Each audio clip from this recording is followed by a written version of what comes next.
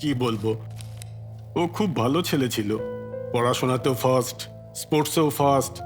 ও খুব ভালো গান গাইতো। ওর সাথে যে কিভাবে এটা ঘটলো। আহ, ওর কারোর সাথে শত্রুতা ছিল এরকম জানেন কি আপনি? স্যার, এই বিজনেসটা আমাদের পারিবারিক বিজনেস।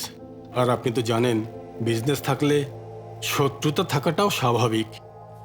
এখানে কোনো মেডিসিন ইত্যাদি রাখেন এমন কোনো ডাক্তার আছেন কি? স্যার, ওই অশোকের কাজিন এখানেই ছিল। আর ও কোয়েম্বাটুরের মেডিকেল কলেজেই পড়াশোনা করতো।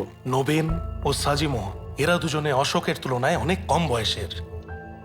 যারা খুন হয়েছেন তাদের মধ্যে কাউকে আপনারা চেনেন বা এদের পরিচিত কাউকে আপনাদের জানা আছে?